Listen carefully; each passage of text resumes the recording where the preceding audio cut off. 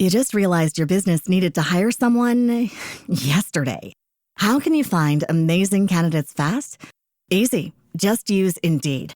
Stop struggling to get your job post seen on other job sites.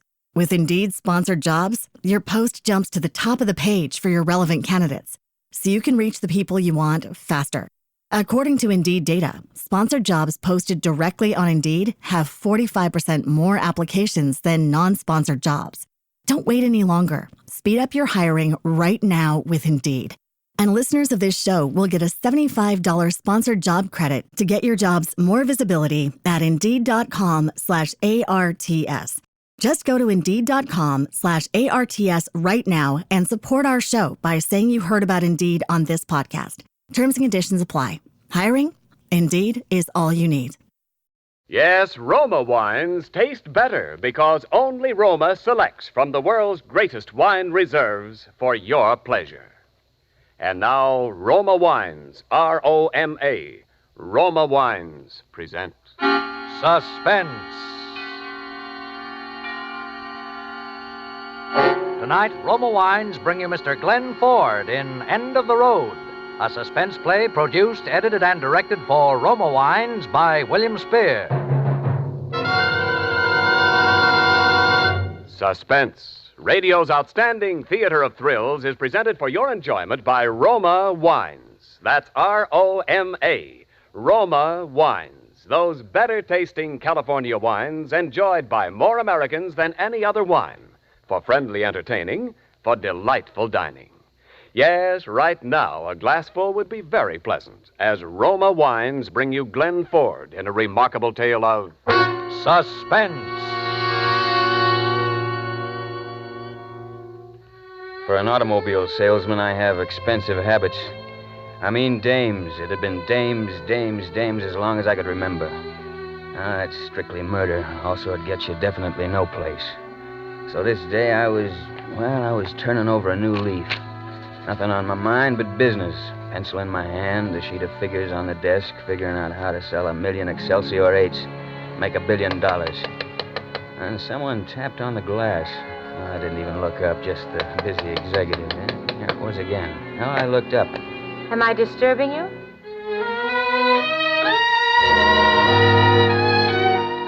Was she disturbing me? I got up in a trance and followed her across the showroom floor. It seemed as though I'd never seen anyone walk like that before in all my life. This is my husband, Mr. Ganlon, Mr. Evans, the sales manager. How do you do, sir?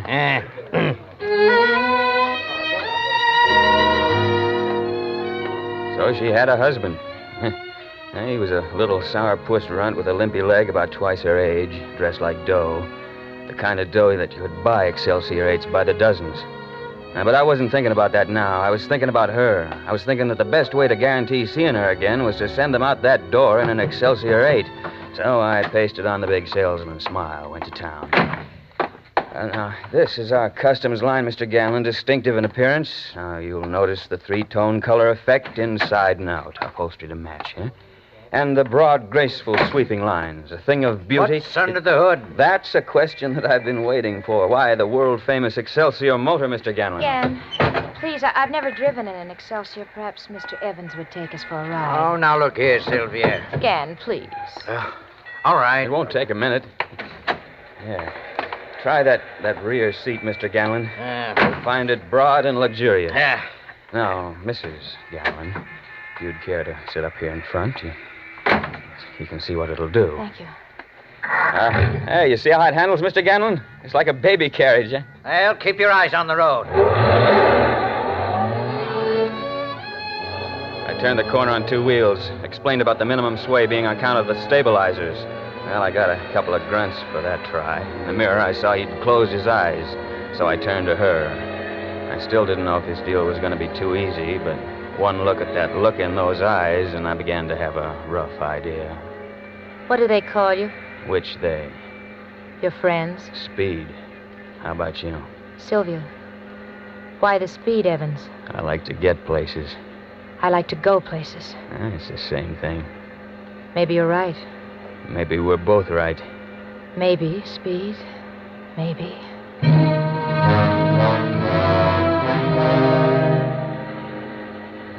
she'd asked for it, I'd have made that Excelsior turn somersaults. As it was, I showed her some driving tricks that'd make your hair stand on end. She loved them. Every once in a while, her eyes met mine and clung there just long enough. We knew, both of us, what I was selling, and it wasn't an Excelsior. Well, I can have the car ready for delivery first thing in the morning, Mr. Ganlon. What do you say? Gan, please. All right, Sylvia, all right. Now, if you'll just sign the order. I want it now, and I pay cash. Well, that's fine, Mr. Ganlon. That's just fine. I think you'll find the desk in my office the most convenient. Is that your office there? Yes, that's right, Mr. Ganlon. I'll collect all the necessary papers while you're making out the check. All right. Well, how did you like it? Like what? The car, for a start. I love it. You better drive in for a service check as soon as you can. When? Tomorrow? Tomorrow. Suppose you could manage to be alone? Yes. I'll be alone.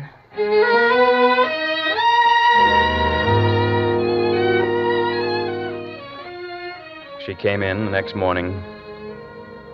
She was alone. Well, from that day, we went places. We went there fast.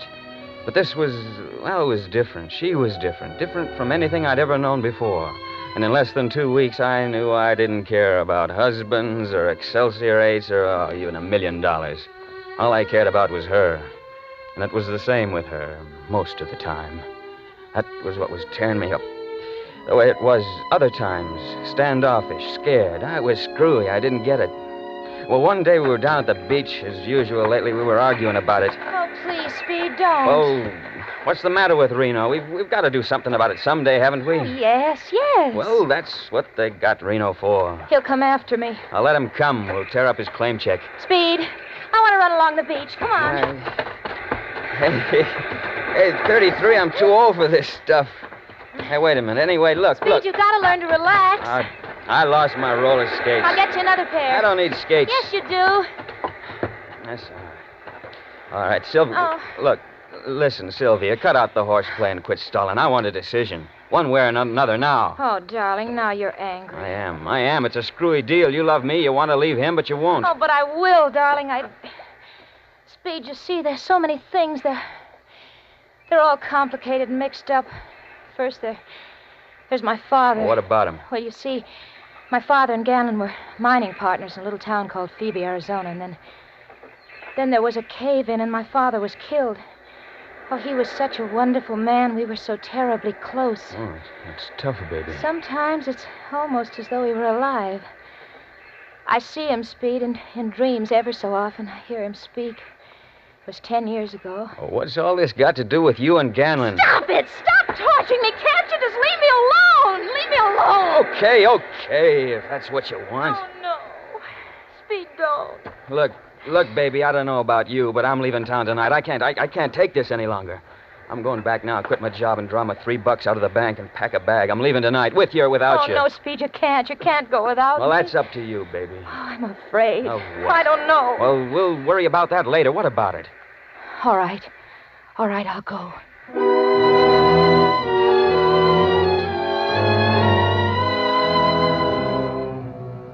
I was to meet her at the usual place at 8 o'clock.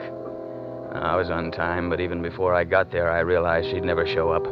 I waited an hour, and then I crossed the street to the apartment where they lived, the 7th floor, 707. She must have been hanging around the door because it opened almost at once. She came out in the hall, closed it behind her. She was scared to death. Speed, you've got to get away, right away. Not without you, baby. No, listen. Listen to me, Speed. I lied to you this afternoon. No kidding. I mean, about my father. He wasn't just killed in a cave-in. He was murdered. Ganlon murdered him. So you married Ganlon to kind of show your appreciation. Yes, I mean... You don't make sense, baby. Come on, we're going inside. No, Speed, no! We're going to settle this once and for all now. In the living room, Ganlon was lying on the couch with his shoes off, his feet propped up. In a chair opposite was a young punk in a tan overcoat who looked like he took the wrong kind of nose drops when he needed courage. He let it be known fairly obvious that he had a gun in his pocket. Ganlon didn't even get up. Well, Mr. Evans, this is an unexpected pleasure. I'm afraid it's no pleasure, either way. I've come to tell you that your wife is leaving you with me. Oh? Is she? Yeah. What about it, Sylvia? You don't seem to have entirely convinced her, Mr. Evans. Listen, I don't know exactly what goes on That's here. obvious. But I do know that she's headed straight for a crack-up and that you're at the bottom of it, so she's leaving tonight. Go on, Sylvia, get your things. All right. Mr. Evans, I'm not sure you fully appreciate the penalties of stealing a man's wife. There's divorce courts to handle that, besides other ways, if you're big enough. Well, since you brought up the question of superior force. All right, Zeke, take him. Okay. Put him up. Hi, funny face. Oh, gunsels with guns you have, huh? Sometimes they come in handy, Mr. Evans. Come on, start walking. Any particular direction? Yeah, outside. All right. All right, you win, Mr. Ganlon. Take him out and kick him down the stairs, Zeke. Kick him. The punk was plenty shaky, and he had the gun jammed right in my back. That's not smart if your guy knows a little judo. I made a quick half turn and fired, but not soon enough. I'd have broken his arm before he could try again. The gun scooted across the floor somewhere, and I was just thinking it's lucky they soundproof these fancy apartments. It started going off again. I whirled around to see Sylvia with a gun in her hand, stalking Ganlon like a tigress. He was cowering behind the furniture, and she was moving around trying to get a clear shot at him. It took me one good leap to get over there and knock her out cold. There was a bowl of water, some flowers on the table. I threw the flowers on the floor, threw the water on Sylvia. She opened her eyes, looked around. Oh, Speed. Why did you do it? You're lucky, baby. When you get better at it, they're liable to call it murder.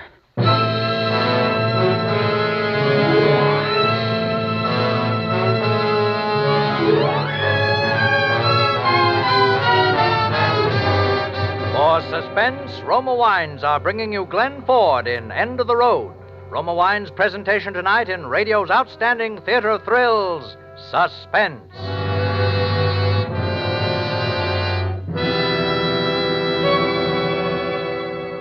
Between the acts of Suspense, this is Ken Niles for Roma Wines.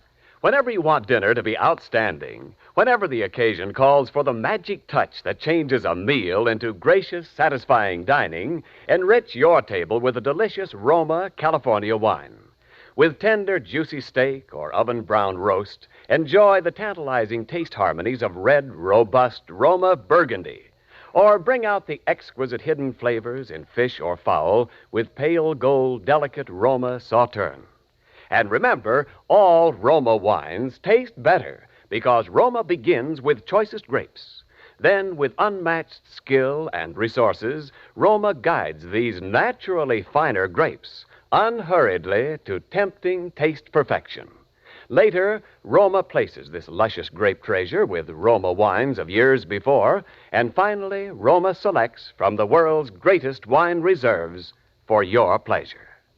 With your dinner tomorrow, enjoy better tasting Roma wines. That's R-O-M-A, Roma, the greatest name in wine.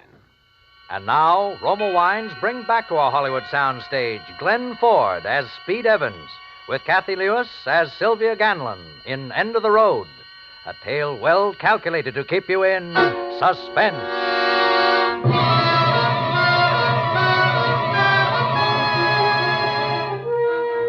After the gunplay, I thought it would be easy. But when I tried to get her down to the car, she clawed like a wildcat, and I had to clip her again. It was a battle all the way across town till we got to barreling along Highway 99, and she knew she'd break her neck if she tried to jump. And all of a sudden, she just went to sleep. I looked over at her sleeping there in the corner, rolled up like a kitten and as innocent as a baby. And I knew I was for it if it killed me. And I'd just have to do the best I could. We'd passed Bakersfield, and I was headed up over the Tehachapi Mountains before she woke up. It was morning. Oh. Hello, darling. Feeling any better, baby? Oh, yes. I had such a wonderful dream. I was a little girl again. And I was with my father, and he was rowing across a lake.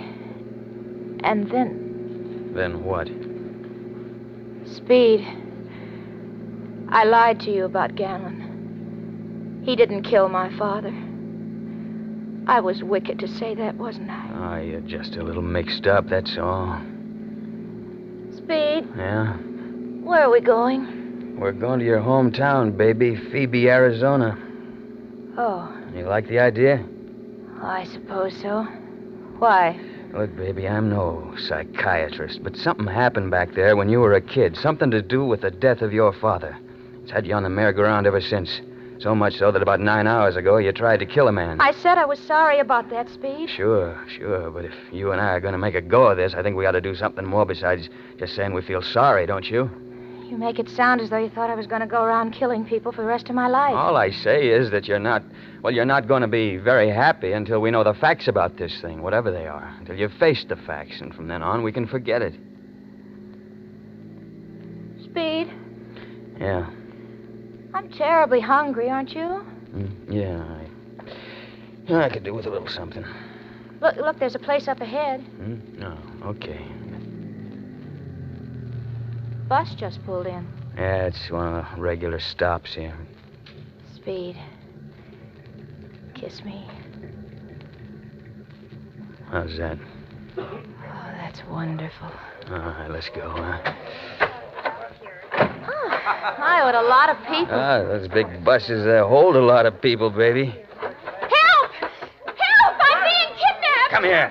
Help me! Help! It's all right. It's all right. She's my wife. Hey, what's going on here? I'm not. I've never seen him before in my life. What? I'm being kidnapped. Oh, he hit her! Hey, that's no way to treat even your wife, mister. All right, if you must know, she's crazy. She's What? my wife, but she's hopelessly insane. But I don't care.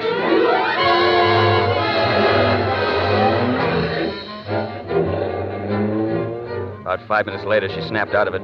You'd think nothing at all had happened, but I wasn't taking any more chances. I took to the side roads wherever I could, figuring the cops would be on my tail any minute, so we didn't cross the state line till way after midnight. Well, it was next morning when I kicked it out of gear at Phoebe, Arizona. There was only one hotel. We registered, adjoining rooms. All the time, I was watching her like a hawk. I didn't need to. Now that we were there, she seemed glad. Now, we'd been in our rooms about 5 minutes when the phone rang. Hello. Mr. Evans? Yeah? Just a moment, Mr. Evans. Mr. Evans, this is San Francisco, operator 23. We've got a long-distance call for you. San Francisco? Yes, sir. We've been trying to reach you all night. Shall I put your party on now?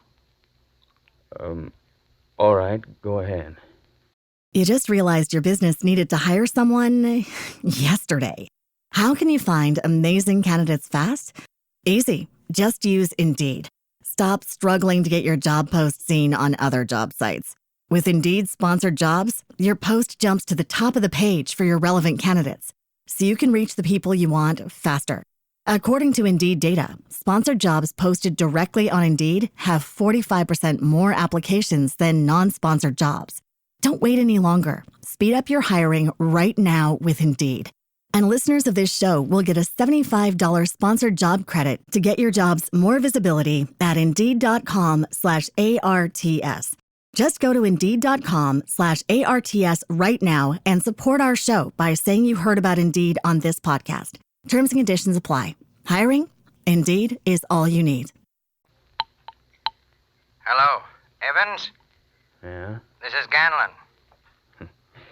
You must have a private eye on your payroll, too, huh? I know you're an intelligent man, Evans, whatever else you may be. I knew where you'd go. But I want to tell you something. You're getting in deep water, deeper than you know anything about. And you hope I'll drown, huh? All right, maybe I will. But I'm still wading in. I'm coming down there, Evans. In the meantime, keep quiet and keep her quiet. And keep your nose out of things. What's that supposed to be? A threat? I'm not threatening you. I'm telling you. For your own good. It was Ganlon, wasn't it? What? Yeah, he called to give us his blessing. He's coming down, too, isn't he? Maybe. I'm glad, Speed. You just can't know how glad I am. Yeah, that's gonna be real cozy, just the three of us. You've been cruel to me, Speed. Well, who, me? I've forgiven you, though. You know that. Why, sure, baby. I just didn't understand at first, but I understand now. Why you brought me here, I mean. You're going to find proof that Gan killed my father. I'll work on that. I can tell you exactly how it happened. You said yesterday you were lying. Oh, don't try to confuse me, Speed. Do you want to know or don't you? Sure. Let's have it. Well, my father and Gan were tunneling a new shaft in the side of the mountain. They were working alone that day. They'd set a dynamite charge inside the shaft with wires out to the ignition box. The box worked with a plunger, but when my father pushed it down, the dynamite didn't go off. He went back inside to find the trouble. While he was in there, Gan pushed down the plunger again. My father was blown to bits. Just like that, huh? Don't you believe me? Like I say, I'll work on it. They'll hang him, won't they? Hang who? Ganlon, they'll hang him when you find proof. If he's guilty, they'll hang him. You'll prove it, darling. Promise me you will, so they can arrest him when he arrives. You'll do it for your baby, I know. Kiss me, darling. How's that? Oh, that's wonderful. That's all I care about. That and seeing Ganlon hanged.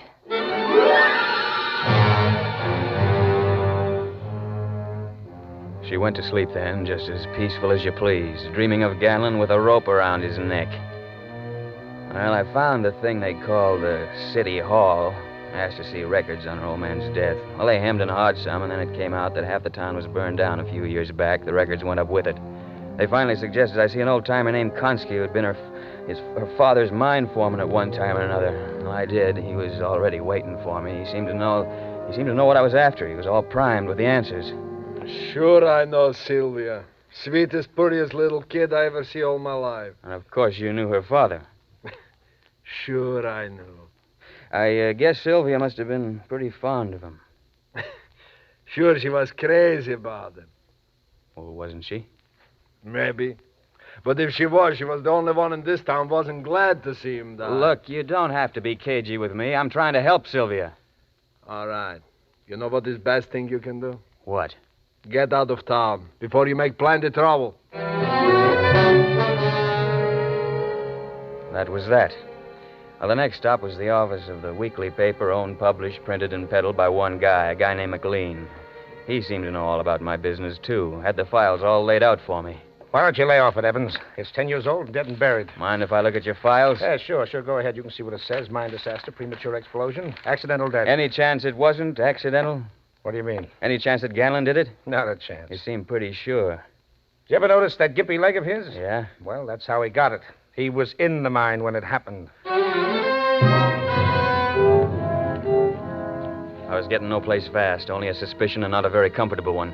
And I hadn't the faintest idea where to go from here.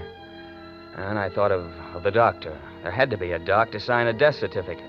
Well, I found out who he was, dug him up, and he looked like the worst bet of the bunch. He was half wacky from the effects of age and a misspent life, nothing left but his dignity, and a collection of photographs that he insisted on talking about until I wanted to smack him. Yes, it was my hobby before my eyes went back on me, but those you see on the wall are only a few. Here. Take a look at some of these. Who are all you people covering up for, Doc? Huh? I beg your pardon? You heard me. Young man, you realize that what you've just said constitutes a most serious slur on my professional reputation. Oh, nuts. Look, I'm trying to help a girl that I'm in love with. Can't anybody understand that? Take this one, for instance, and notice the contrasts, the light and shadow. Yeah. I don't suppose you understand the meaning of the term traumatic experience, huh? No, I thought not. The psychic structure of the personality is a very delicate mechanism. For instance, in the case of Sylvia. Now, take her to a competent man in the field, Mr. Evans. I no longer handle such cases. That's not what I came to you for, and you know it. I'm afraid I can't help you. Retired some time ago, you see. Now, look at some of these. They're older, of course, but there's still some very good ones among them. Look, Doc, I don't want to look at pictures. All I want... Oh, We found one you like, eh? I knew you did. It has a date on it, July 14th, 1935. That mean anything to you? Is that the stalagmite incrustation? If so, it's... I don't know. It's just some rocks in a hole in the mountain to me, but that date is the date that Sylvia's father was killed. Give it to me. Give it to me. No, you don't. No. I'm afraid you're torn it, Doc. Give it back to me, I say. Yeah, but the part I got is still enough to show who killed him. I started back for the hotel, but I didn't feel so good. I didn't feel good at all. I asked at the desk if Ganlon had arrived, but he hadn't, so I went on up to Sylvia's room. She was sitting at the dressing table making up her face. She looked up at me in the mirror. You know. I can tell by your eyes you know. Yes, baby, I know. And they'll hang him, won't they? Ganlon? No, baby, he's in the clear. But he isn't. He can't be. He murdered my father. I know he did. You're lying to me, Speed. Look, take it easy, baby. It's going to be all right. Just let's get it over with, and then we can forget it, huh? Get what over with? You're acting so funny, darling. Take a look at this picture. Huh? Oh, well, that's me, isn't it? When I was a little girl. I'm awfully far away, but I'd still know it's me. But this smoke. Don't you remember? Please, Speed, my head's hurting. Don't. Try to remember. You're tormenting me. You're trying to hurt me. That smoke is the explosion, isn't it? I don't know. You pushed the plunger. I don't know. Remember while your father was inside the shaft. Remember? I don't... Yes! Yes, I killed him. All right, baby. That's all there is to it. You can forget. I hated him. It's all I lived for. It's all I ever dreamed of. See his face bloody and battered. See his body mangled and dirty. I hated him. I hate you. I hate all men. If I could kill every man in the world. Where did you get that gun, baby? Out of your overcoat. Yeah, better put it down. I tried to kill Ganlon because he knew. Now you know. Put it down. It's too late, Speed. Goodbye, darling. Listen, it's all over now. You were only a kid. I know how he treated you. The whole town covered up for you. They're still covering. Goodbye.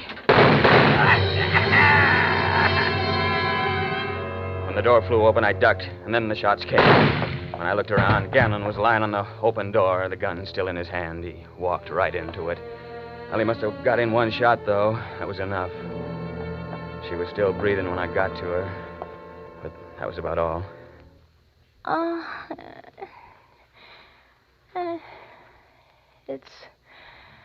It's all right now, isn't it, darling? Sure, baby. Everything's going to be all right. Kiss me. Yeah. How's that?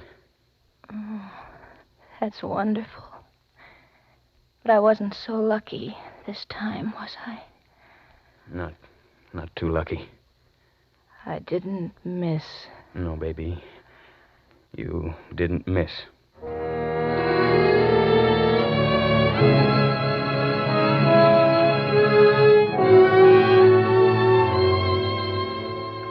Well, anytime you want to buy an Excelsior 8, just come on in and see old Speed Evans. No, I won't tell you my troubles. Dames, that's my trouble. It's been dames as long as I can remember. It's too bad, though. We'd have probably had a couple of kids by now.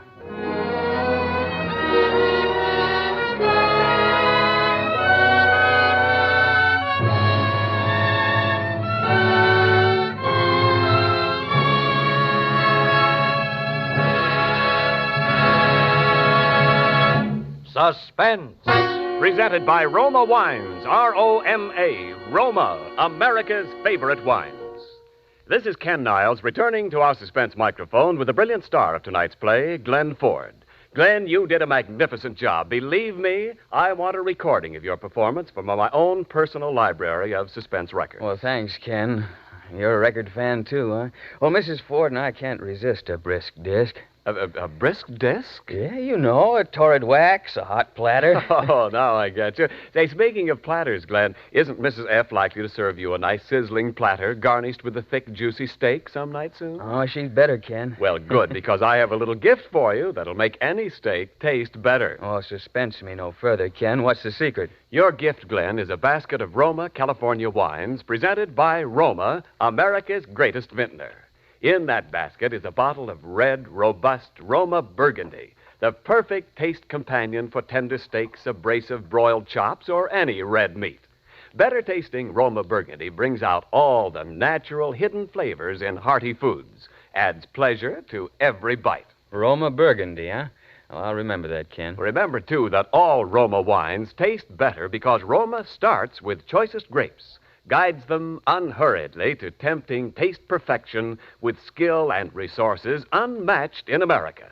Then Roma places this luscious grape treasure with Roma wines of years before to await selection from the world's greatest wine reserves for your pleasure.